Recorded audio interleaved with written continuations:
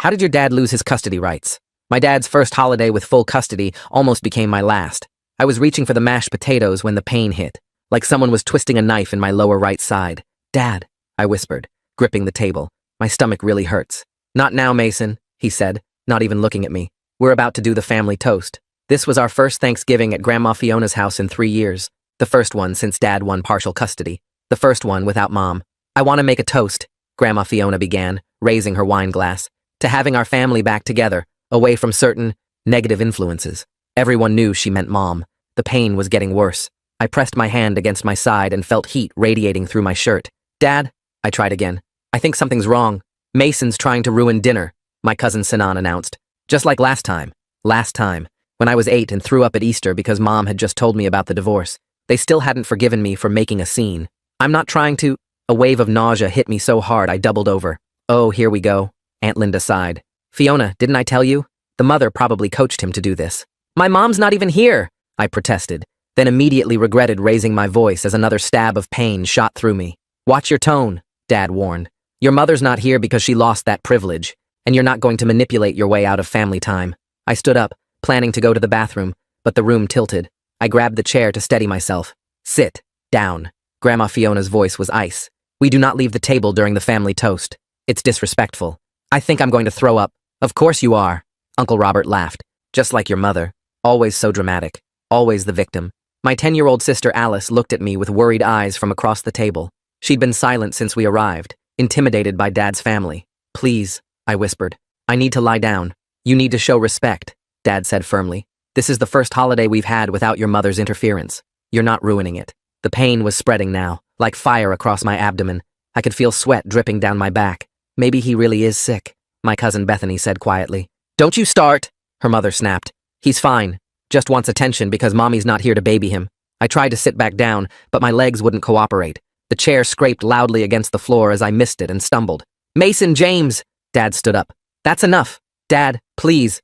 Tears were streaming down my face now. It hurts so bad. You know what hurts? Grandma Fiona stood too.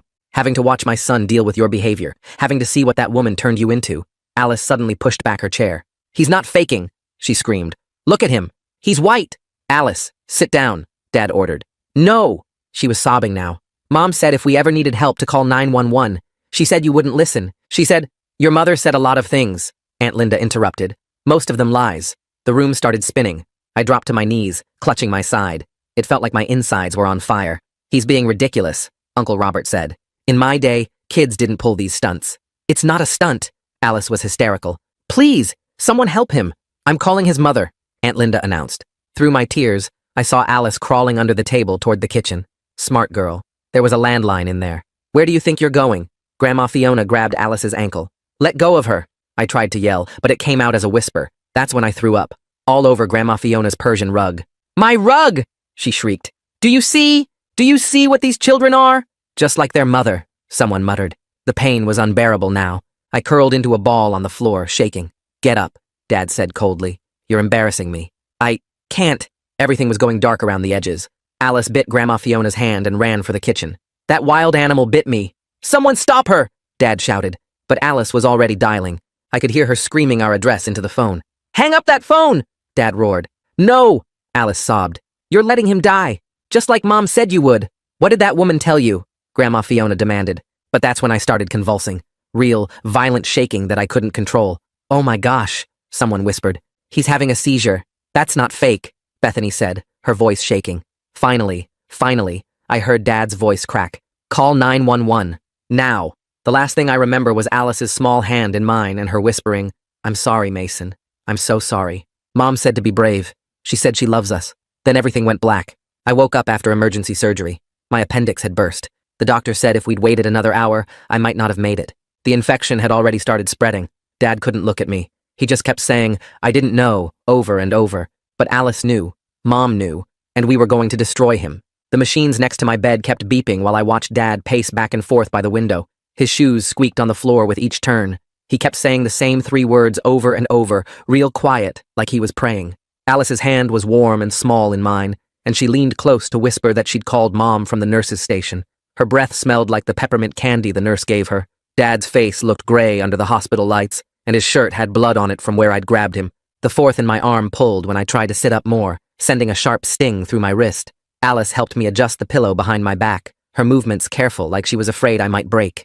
The door opened, and a woman in blue scrubs walked in carrying a clipboard. She looked at Dad first, then at me, then started explaining what happened inside my body. My appendix had burst open, and poison was spreading through my belly when they cut me open. She pointed to spots on my stomach where they'd had to clean out the infection. If we'd waited one more hour, she said, looking straight at Dad, I probably would have died. Dad's knees actually buckled, and he had to grab the windowsill to stay standing. Alice squeezed my hand harder, and I could feel her shaking. The surgeon kept talking about antibiotics and recovery time, while Dad just stared at the floor. She wrote notes on her clipboard and said she'd already told the emergency room staff about the delay in treatment. Dad's head snapped up at that, but he didn't say anything. The surgeon left, and we sat there in silence, except for the beeping machines. Around midnight, I heard running footsteps in the hallway, and then Mom burst through the door. She looked wild, her hair messy, and her coat half off her shoulders. Dad immediately backed toward the door, but Mom didn't even glance at him. She grabbed me and Alice both, pulling us against her chest so tight I could barely breathe. Her tears dropped onto my hospital gown, and she kept kissing the top of my head. Alice started sobbing into Mom's shoulder, and I felt my own tears coming again. Mom held us for what felt like forever, rocking us slightly like when we were little. Dad slipped out into the hallway without saying anything. The next morning, a woman with gray hair and a badge knocked on the door. She introduced herself as Donna Waite from Child Protective Services and said the hospital had called them. Mom sat up straighter in the chair she'd slept in all night. Donna explained that the emergency room staff documented that several adults stopped me from getting help for a dangerous medical problem. She had a folder with papers and started asking Mom questions about custody arrangements. Dad and Grandma showed up while Donna was still there, and Grandma immediately started talking loud and fast. She told Donna that Mom must have told me to fake being sick to ruin their family dinner. Dad nodded along, adding that I'd always been dramatic, and Mom encouraged it. Donna looked at them both, then opened her folder and pulled out some papers. She showed them the medical report that said my appendix had burst, and I almost died from infection. Grandma's mouth kept moving, but no sound came out. Donna said she'd already read all the medical records and understood exactly how serious this was. She turned to me and asked if I felt okay to talk about what happened. My head felt fuzzy from the pain medicine they kept giving me through the IV. I looked at Alice, and she nodded at me, so I nodded at Donna. Mom said she'd take Alice to get some breakfast from the cafeteria to give us privacy. Grandma tried to say she should stay, but Donna said family interviews were private. Once everyone left, Donna pulled her chair close to my bed and told me to take my time. I started from when the pain first hit during dinner and told her everything. How I begged Dad to help me, and he said I was ruining dinner. How Aunt called me dramatic, and Uncle laughed at me. How they wouldn't let me leave the table or go to the bathroom. I told her about throwing up on the rug and Dad telling me I was embarrassing him. Then I explained how Grandma grabbed Alice's ankle to stop her from calling for help. Donna wrote everything down in a notebook, sometimes asking me to repeat things to make sure she got it right. She asked how long I was asking for help before someone finally called 911. I tried to remember, but everything got blurry toward the end. She said that was okay, and that she was proud of me for being so brave. When we finished, she called Alice back in for her turn. Alice pulled out her phone and showed Donna the call history, with the exact time she dialed 911. She explained how she crawled under the table, and Grandma tried to stop her. The timing here feels really strange. Mason's appendix just happens to burst during the one holiday where Dad has custody. I'm curious what made Alice so prepared with that 911 plan, like Mom coached her for exactly this kind of emergency, but somehow knew Dad wouldn't listen to medical issues specifically. Alice's voice got louder when she told about biting Grandma's hand to get free. She said Grandma called her a wild animal, and Dad yelled at her to hang up the phone. Donna took pictures of the call log with her own phone. She asked Alice if anyone helped her, and Alice said no, everyone just watched or tried to stop her. 2 days later, the doctor said I could go home soon, but there was a big fight about where home was. Dad said his custody agreement meant I had to go with him, but Mom said no way. Donna came back and explained there was something called a temporary safety plan. She said Alice and I would stay with Mom until a judge could have a hearing about what happened. Dad's face turned red, and he started yelling about his rights as a father. He said Mom was turning us against him, and this was all her plan. Donna stayed calm and said the safety plan was already approved based on the medical evidence. Dad slammed his hand on the wall and demanded to take us home right then. He stepped toward my bed, and Mom moved between us. A security guard showed up because the nurses had called when they heard yelling. Dad pointed at Mom and said she was kidnapping his kids. The guard looked at Donna, who showed him some papers and explained the situation. Dad kept getting louder, saying we belonged with him, and Mom had no right to keep us. The guard told Dad he needed to calm down or leave the hospital. Dad said he wasn't going anywhere without his children. The guard called for backup on his radio, and another guard arrived. They wrote down everything Dad was saying and doing in their report. Donna told me later that all of this was documented as evidence. Dad finally left when the guards said they'd call the police if he didn't. I watched him storm down the hallway, still yelling about his rights and how Mom would pay for this. The next few days in the hospital were the worst, not just because of the pain, but because I couldn't even stand up without help. The nurse had to hold my arm just to get me to the bathroom, and even that short walk left me shaking and sweating. My stomach muscles were basically useless from the surgery, and every time I tried to sit up on my own, it felt like someone was ripping me open again. Alice stayed with me every single day, curled up in the visitor's chair doing her homework on Mom's laptop. Mom had already set up virtual school for her because Alice refused to leave the hospital, too scared something would happen to me if she wasn't there. The physical therapist came twice a day to help me practice walking down the hallway, and I hated how weak I was, barely making it 20 feet before needing to sit down. Mom spent most of her time on the phone in the hallway, and I could hear her talking to someone named Cecilia Becker, who she said was the best custody lawyer in the state. They talked about emergency hearings and medical evidence and something called an ex parte order. When Mom came back in the room, she explained that Cecilia was already filing paperwork to change the custody arrangement based on what happened at Thanksgiving.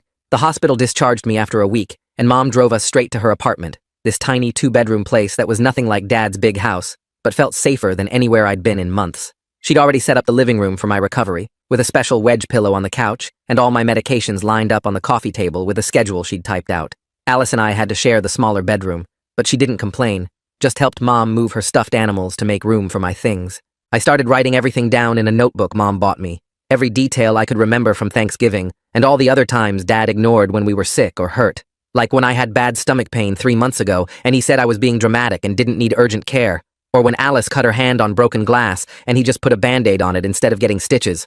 Writing it all down made it real in a way that helped me believe someone would actually listen this time. Alice's teacher called to check on her, and Mom set up a meeting with the school counselor, someone named Sophie Soto, to make sure Alice was handling everything okay. During their video call, I could hear Alice telling Sophie about how scared she was that night and how she thought I was going to die. Sophie said Alice was very brave and that she'd help her work through what happened. About 2 weeks after we got to Mom's apartment, we got a letter saying the court had appointed something called a guardian ad litem, a man named Hector Reynolds, who was supposed to represent what was best for Alice and me. Dad's family immediately started texting Mom saying Hector was probably biased against them and that this whole thing was a setup. Mom just saved all the texts and forwarded them to Cecilia.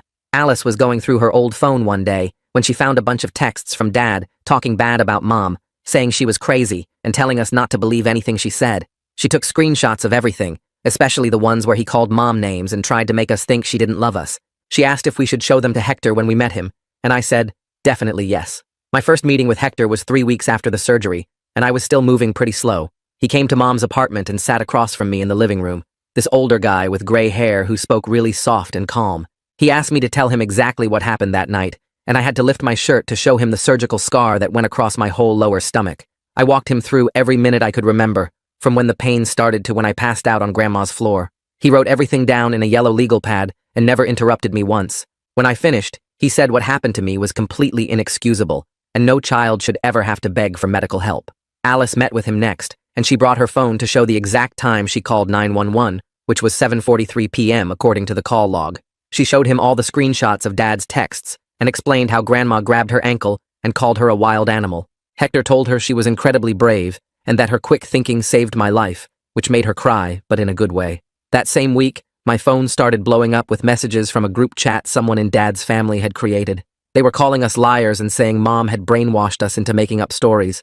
Aunt Linda wrote that we were ungrateful brats who didn't appreciate everything Dad did for us. Uncle Robert said kids today have no respect and that we needed discipline, not coddling. But then Bethany, my cousin who had said I looked really sick at dinner, sent me screenshots of the adult family group chat where they were planning what to tell people and trying to get their stories straight about what happened that night. Sophie met with Alice at the school the next day, and they worked out this whole safety plan where only Mom or people Mom approved could pick Alice up from the school. The office staff got a copy, and Sophie explained to them about the custody situation and how Grandma might try something. Alice came home that afternoon looking more relaxed than she had in weeks, because she knew Grandma couldn't just show up and take her away. 3 days later, we had to go to our first supervised visitation with Dad at this gray building downtown that looked like every government office ever built.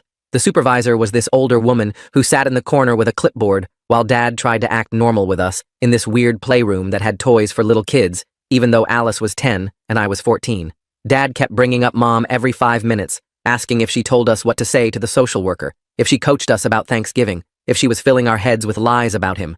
The supervisor would clear her throat whenever he got too pushy, But then she got a phone call and stepped out into the hallway for what she said would be just a minute. The second she left, Dad leaned forward and grabbed my wrist. Not hard enough to hurt, but firm enough that I couldn't pull away. "Your mother put you up to this whole thing, didn't she?" I pulled my phone out with my free hand and hit record without him noticing, keeping it low on my lap. "She's been planning this for years, waiting for the right moment to turn you against me." I kept my face blank, while he went on about how Mom was manipulative and how she'd poisoned us against his family and how we were destroying everything he'd worked for. The supervisor came back after about 3 minutes, and Dad immediately let go of my wrist and went back to talking about school and normal stuff.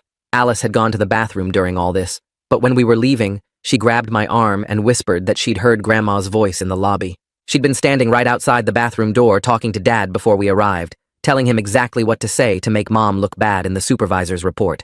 Alice had stood on the toilet seat to hear better through the door vent and memorized the exact words, which were something like, "Tell them their mother is unstable and has a history of making false accusations," and "Make sure you mention she's behind on her bills and can't provide properly." We told Mom about it when she picked us up, and she immediately called Cecilia, who said to write it all down with the exact time and date. 2 weeks later, I had my follow-up appointment with the surgeon who'd saved my life. She examined my scar, which was healing, but still looked pretty rough. This red line across my whole lower stomach that pulled when I moved too fast. She asked me to describe again what happened that night and how long I'd been in pain before getting help. Then she sat at her computer for like 20 minutes, typing up this detailed letter about how serious my condition was, using all these medical terms I didn't understand. Mason's recovery journal reads like evidence gathering 101. Smart kid knows documentation beats denial every time, especially when Dad's family texts provide their own proof against themselves. But basically saying the delay in treatment nearly killed me, and that peritonitis had already set in when I arrived. She printed out 3 copies, one for me, one for my medical records, and one she said she'd send directly to the court if needed. Mom's attorney Cecilia called that afternoon saying the surgeon's letter was exactly the kind of medical evidence they needed to show the severity of what happened. The next morning, Donna showed up at Mom's apartment for a home inspection. Mom had been cleaning for 2 days straight, even though the place was already pretty clean, making sure everything was perfect. Donna walked through each room with a checklist, taking pictures of Alice's homework station that Mom had set up in the corner of the living room with all her school supplies organized in little bins. She photographed the medication schedule Mom had posted on the fridge, showing exactly when I needed to take my antibiotics and pain meds with check marks for each dose. She looked in the kitchen cabinets, which were full of food, checked that we each had our own bed with clean sheets, made sure the bathroom had all our toiletries and first aid supplies. She spent extra time in our room where Mom had put up some of our artwork and photos, making it feel like home even though we'd only been there a few weeks. Donna wrote notes about everything being stable and appropriate, and said she was impressed with how organized Mom was, despite the sudden transition. That same night, my phone buzzed with a long text from Aunt Linda. She wrote this whole thing about how sorry she was that things got out of hand at Thanksgiving, but that I needed to think about what I was doing to the family. She said Dad was devastated, and that Grandma was having chest pains from the stress, and that we were tearing everyone apart with our accusations. She ended it by saying family was supposed to stick together, and that I should convince Alice to stop this nonsense before it went too far. I screenshotted the whole thing and forwarded it to Hector without writing back, because Cecilia had told us not to respond to any messages from Dad's family. 3 days later, Mom got a call from Alice's school saying Grandma had shown up trying to pick Alice up. The office staff followed the safety plan exactly, telling Grandma that she wasn't on the approved list and couldn't take Alice anywhere. Grandma started yelling about her rights as a grandmother and how she had emergency custody papers, which was a total lie. The principal called the police, while the secretary kept Grandma busy with paperwork she didn't actually need to fill out. When the officers arrived, Grandma tried to tell them the school was kidnapping her granddaughter, but they'd already talked to the principal, who showed them the safety plan and custody documents. The police made Grandma leave and wrote up a report about the attempted violation of the custody agreement, which the school immediately sent to Sophie, Donna, and Mom's attorney. About a week later, Mom took us grocery shopping and I was pushing the cart past the deli section when I smelled gravy heating up. My whole body just froze, and suddenly, I was back on Grandma's floor, curled up in pain, while everyone stood around calling me dramatic. My chest got tight, and I couldn't breathe right. My hands started shaking, and I felt like I was going to pass out. Mom saw what was happening and immediately abandoned the cart, getting me outside to the parking lot where she sat me down on a bench and helped me breathe slowly, counting with me until my heart stopped racing. She called around that afternoon and found a therapist named Olive who specialized in medical trauma and got me an appointment for that week. A few days before my first therapy appointment, Alice came to me with this plan she'd been working on. She wanted to sneak back into Dad's house when he was at work and go through Grandma's phone because Grandma never locked it and always left it charging in the kitchen. Alice figured there would be texts about us, or about that night that we could use as evidence. I told her absolutely not, that it was way too dangerous, and probably illegal too. She got upset saying we needed more proof, but I explained that we had enough evidence already, and breaking into Dad's house would only make us look bad, and could get Mom in trouble. We agreed to trust the legal process, and let the adults handle getting evidence the right way. After my first session with Olive, where I mostly just told her what happened, I met with Hector and Cecilia at Mom's attorney's office. I played them the recording from the supervised visit, where Dad grabbed my wrist and accused Mom of coaching us. The sound quality wasn't perfect, but you could clearly hear Dad saying Mom had poisoned us against him and that she'd been planning this for years.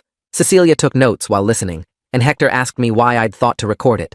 I explained that Mom had always told us to document everything with Dad's family because they would lie about what happened, and this seemed like something important to have proof of. They said the recording showed a clear pattern of Dad trying to manipulate us and blame Mom for everything instead of taking responsibility for what happened at Thanksgiving. The next day, Sophie called to say she wanted to work with Alice on writing down what happened at Thanksgiving. Mom drove us to the school counselor's office, where Sophie had set up a quiet room with colored pens and paper. Alice sat at the small table and started writing slowly, her tongue poking out the way it does when she's concentrating hard.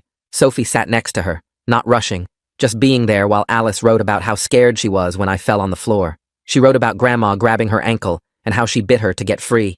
She wrote about calling 911 and Dad yelling at her to hang up. When Alice's hand got tired, Sophie helped her take breaks, and they practiced reading parts out loud. Alice's voice shook at first, but got stronger each time she read about saving my life. Sophie recorded Alice reading the whole thing on her phone so Alice could practice at home too. Meanwhile, Cecilia had me come to her office 3 times that week to go over every single detail of Thanksgiving. She had this big timeline on a whiteboard, and we went through it minute by minute. I kept getting mad when I talked about Uncle Robert laughing at me, or Grandma screaming about her rug while I was dying. Cecilia would stop me and make me breathe and count to 10. She explained that getting emotional during the deposition would make Dad's lawyer try to confuse me. We practiced with her assistant pretending to be Dad's lawyer, asking me trick questions and trying to make me lose my temper. By the 3rd session, I could tell the whole story without my voice shaking or my fists clenching. Alice was playing a game on her phone one afternoon when she noticed something weird in her settings. There was an app she didn't download called Family Tracker that showed her location all the time. She showed Mom, who immediately called Cecilia's office. Their IT guy came to the house that same day and found the app was installed with Dad's Apple ID. He took screenshots of everything, showing when it was installed and how it tracked Alice 24/7. The IT guy also found Dad could see her text messages through the app. He wiped her phone completely clean and set her up with a new Apple ID that Dad couldn't access. Alice was quiet for hours after finding out Dad had been watching her like that. 2 weeks later, we had our first hearing at the courthouse. The room was smaller than I expected, with wood panels on the walls and a judge who looked tired. Dad sat on one side with his lawyer, and we sat on the other with Cecilia. Hector stood in the middle since he was there for me and Alice. The judge read through all the reports from Donna, the hospital, and Hector. Dad's lawyer tried to argue that it was all a misunderstanding, but the judge cut him off. She ordered supervised visitation only, twice a month for 2 hours each. Dad had to take parenting classes and complete them before he could ask for any changes. She also said Grandma couldn't be at any visits and couldn't pick us up from the school. Dad's face turned red, but his lawyer grabbed his arm before he could say anything. It wasn't full custody for Mom, but at least we were safe. That night, Bethany texted Alice a bunch of screenshots from the family group chat. They were calling us liars and brats. Aunt Linda wrote that we were just like our mother, manipulative and dramatic. Uncle Robert said we needed discipline, not coddling. Grandma wrote the longest message about how we'd destroyed the family and turned our backs on blood. The worst part was Dad liked every single message. Alice cried reading them, and I wanted to throw my phone at the wall. Mom said to save everything and forward it to Cecilia. A few days later, Cecilia called with news that made my stomach drop. She'd been going through Dad's insurance records and found something from 3 months before Thanksgiving.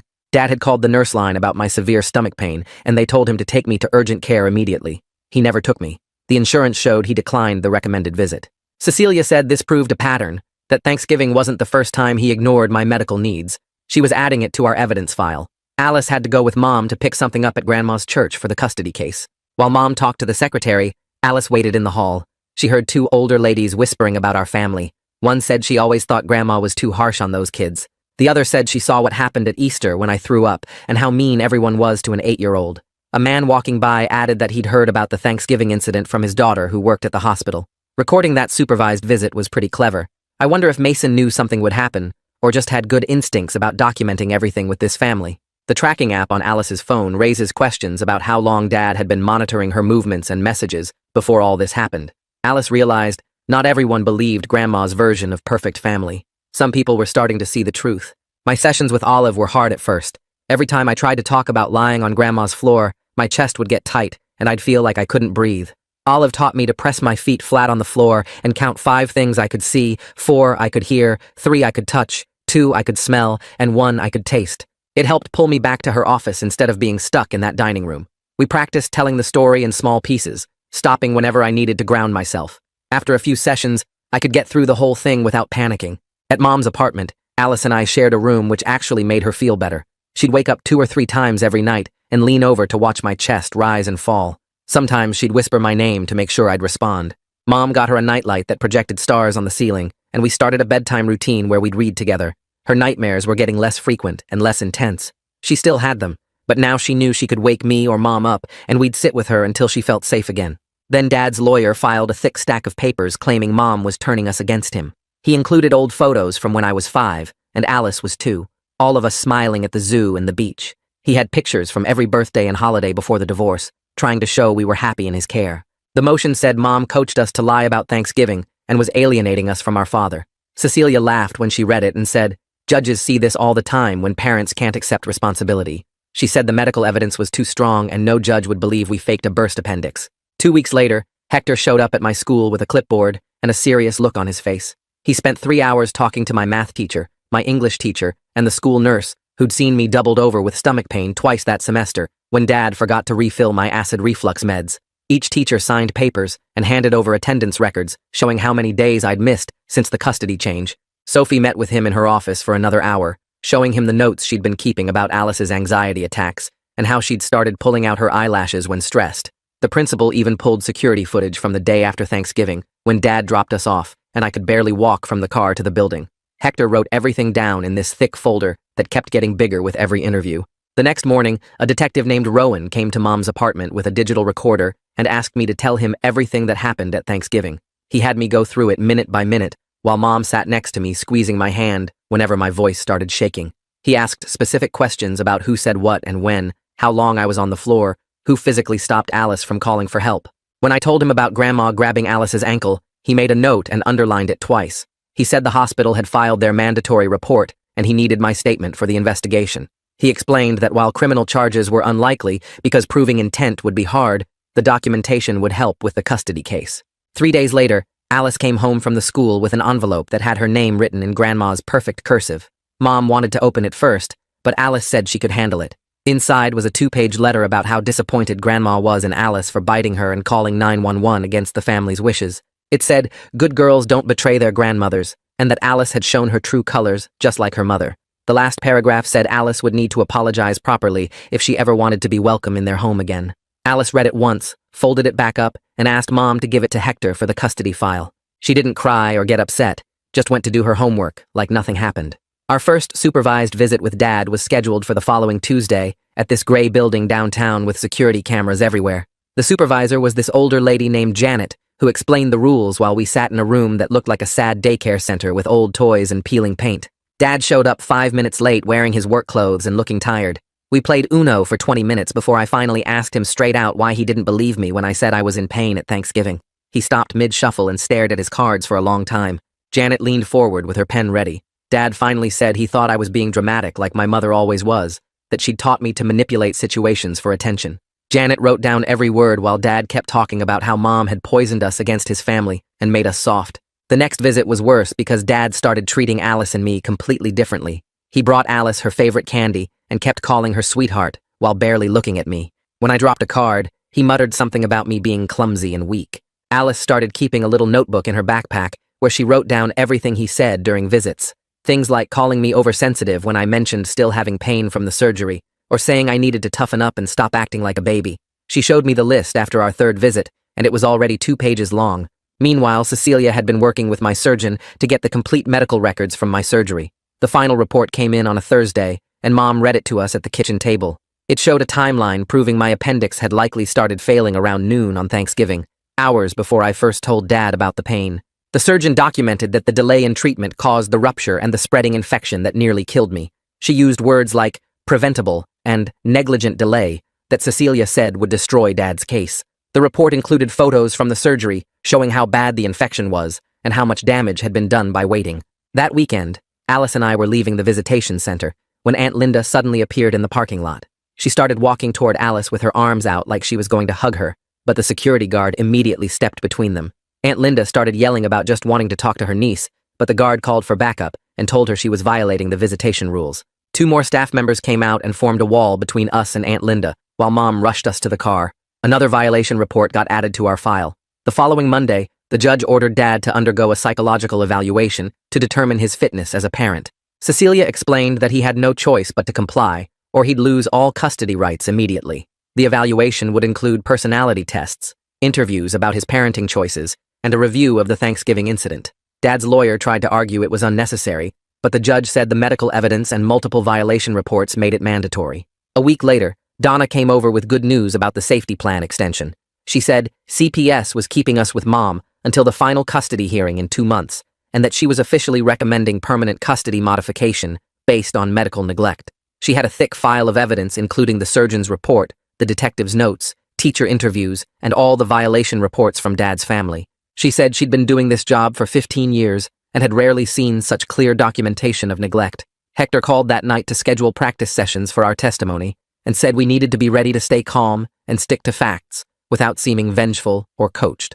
Sophie met with Alice 3 times that week in the school counselor's office, and I watched through the window as they moved chairs around to make it look like a courtroom.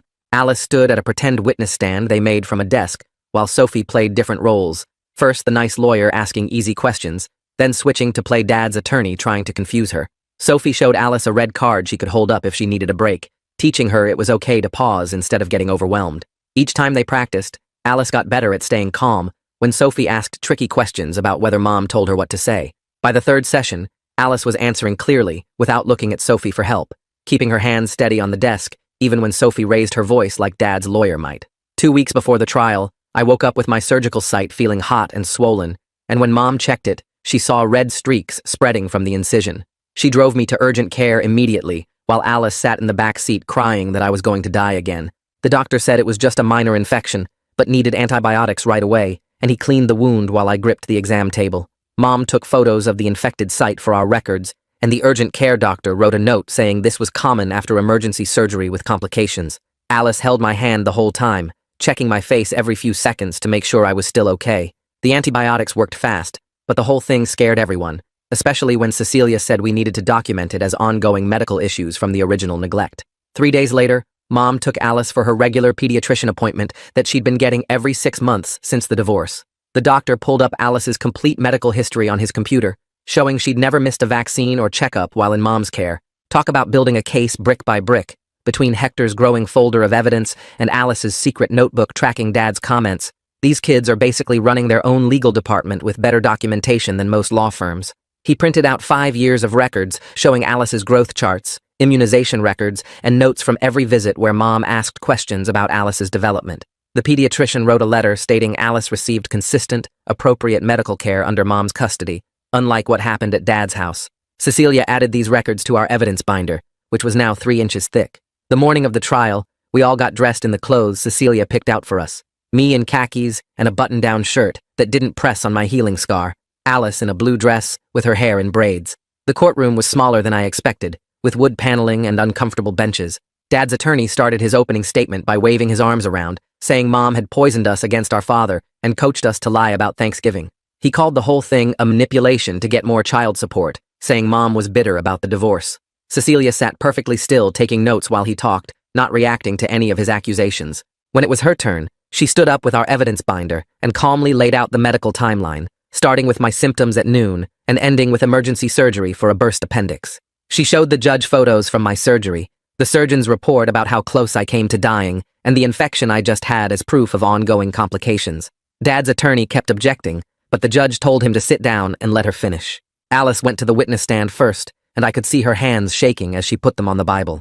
She told about hearing me ask for help over and over, watching me turn white and fall down, seeing Grandma grab her ankle to stop her from calling 911. When Dad's attorney tried to ask if Mom told her to say these things, Alice held up her red card and said she needed a break. After 2 minutes, she came back and answered clearly that Mom only told her to tell the truth. Dad's attorney asked why she bit Grandma, and Alice said because Grandma was hurting her and stopping her from saving me. The judge wrote notes the whole time Alice talked. When it was my turn, I brought my evidence folder to the stand, my hands steady even though my stomach was churning. I played the audio recording from the supervised visit where Dad tried to get me to blame Mom, and you could hear the judge typing on her computer as it played. I showed her my journal entries from right after surgery when everything was fresh, reading the parts about thinking I was dying while Dad called me dramatic. I looked straight at Dad when I described lying on Grandma's floor believing I might not make it, watching him choose his mother's approval over my life. Dad looked away first. The surgeon's letter got entered as evidence, with the parts about preventable complications and negligent delay highlighted in yellow. When I finished, Dad's attorney barely asked me anything, just confirmed the dates and times. During the lunch break, we sat in the courthouse hallway eating sandwiches Mom packed when Dad walked up to Alice. He started saying he was sorry, that he never meant for things to go so far, but Alice stood up and told him she wasn't ready to hear it. Sophie stepped between them and walked Alice to the bathroom, while Dad just stood there with his mouth open. I was so proud of her for not letting him make her feel bad about protecting herself. When closing arguments started, Hector stood up with a thick folder of recommendations. He told the judge that based on medical evidence, witness testimony, and multiple violations of court orders, he was recommending primary physical custody to Mom with supervised visitation for Dad twice a month. He said Dad needed to complete therapy and parenting classes before any unsupervised visits, and that Grandma should have no contact with us during visits. He looked at the judge and said, our safety had to come first, that we'd already almost lost one child to neglect. Dad's attorney argued for joint custody, but even he seemed to know it was hopeless. While we waited for the judge to make her decision, Mom took us for ice cream at the place near the courthouse. We sat outside eating our cones, and Mom asked Alice about her friend's birthday party next week, trying to talk about normal things. Alice actually laughed when Mom got chocolate on her nose, the first real laugh I'd heard from her in weeks. We went back to the courthouse, and the judge called us into her chambers instead of the courtroom. She said she'd reviewed all the evidence and testimony, and her decision was clear. Mom got primary physical custody, Dad got supervised visitation twice a month for 6 months, then they'd review. Dad had to complete therapy and parenting classes, pay for our therapy, and Grandma was banned from the school grounds and any visits. We all started crying with relief, even Mom, who'd been trying to stay strong. The judge signed the order right there, making it official immediately. We walked out of the courthouse into the bright afternoon sun, and Mom drove us straight to get milkshakes to celebrate. 2 weeks later, Alice was back at her regular school schedule, and kids kept asking her weird questions about why she wasn't living with Dad anymore. Sophie met with her every Tuesday during lunch, and taught her to just say it was grown-up stuff and change the subject. Alice told me she actually missed Grandma's Christmas cookies and the big tree at Dad's house, but she knew we couldn't go back there. One afternoon, my phone buzzed with a text from Bethany saying she was sorry for not helping me on Thanksgiving when she could see I was really sick. She wrote that she wanted to maybe hang out sometime if I was okay with it, but she understood if I never wanted to see any of them again. I texted back that maybe someday we could talk, but right now Alice and I needed space to figure things out without pressure from Dad's side of the family. The supervised visitation center was this boring building with old toys and a two-way mirror where someone watched everything. Dad showed up to our first visit carrying a board game and actually asked us what we wanted to play instead of just telling us. He followed all the supervisor's rules about not discussing the court case, or Mom, and we played 3 rounds of sorry without any drama. During my Thursday therapy sessions, Olive kept asking me what I wanted now that we were safe with Mom. I told her I still felt mad at Dad for almost letting me die, but she helped me see that protecting ourselves was more important than getting revenge. She had me write down 3 good things that happened each week, even when I didn't want to think about anything positive. Mom set up her laptop one Saturday, so Alice and I could video chat with her parents who lived across the country. They asked how school was going and talked about their garden instead of pushing us to explain everything that happened with Dad. Grandpa showed us his new tomato plants, and Grandma, Mom's mom, not Fiona, sent us a care package with homemade cookies that actually tasted good. One morning I was getting ready for school and caught myself staring at the scar on my stomach in the bathroom mirror. It wasn't just ugly proof of what happened anymore, but evidence that I fought to stay alive, even when nobody would listen to me. I grabbed my journal and wrote about how Alice and I went to the park yesterday, and she laughed on the swings for the first time in months. Sophie gave Alice a special notebook to write down what she wanted to tell the judge at our 6-month review hearing coming up. Alice spent hours working on it, crossing things out and starting over, focusing on how much better she felt now that she knew we were safe. She practiced reading it to me and Mom, saying things like how she could sleep through the night now and wasn't scared of getting in trouble for calling 911. 6 months after that terrible Thanksgiving, I woke up in my bed at Mom's apartment and realized we had a routine that actually worked. Alice caught the bus to the school without crying. I was back on the basketball team, and we saw Dad twice a month at the center where he was actually trying. He'd started his therapy and parenting classes, and even admitted once that he should have listened to me that night. The anger wasn't gone, and probably never would be completely, but it didn't control everything I did anymore. Alice and I had our own inside jokes now, and she'd stop checking on me every night to make sure I was still breathing. We weren't trying to destroy anyone anymore, just trying to be regular kids who happened to have a really messed up story about a Thanksgiving dinner. The trauma counselor said healing wasn't a straight line, and some days were harder than others, but we were doing it. Mom had primary custody. Dad was getting the help he needed, and Alice and I knew we'd always have each other no matter what happened at the next court review or anywhere else. Makes you wonder, right? All those years of medical records might have been the one thing that left Dad's lawyer completely quiet during cross-examination. Like the video, it helps more than you think.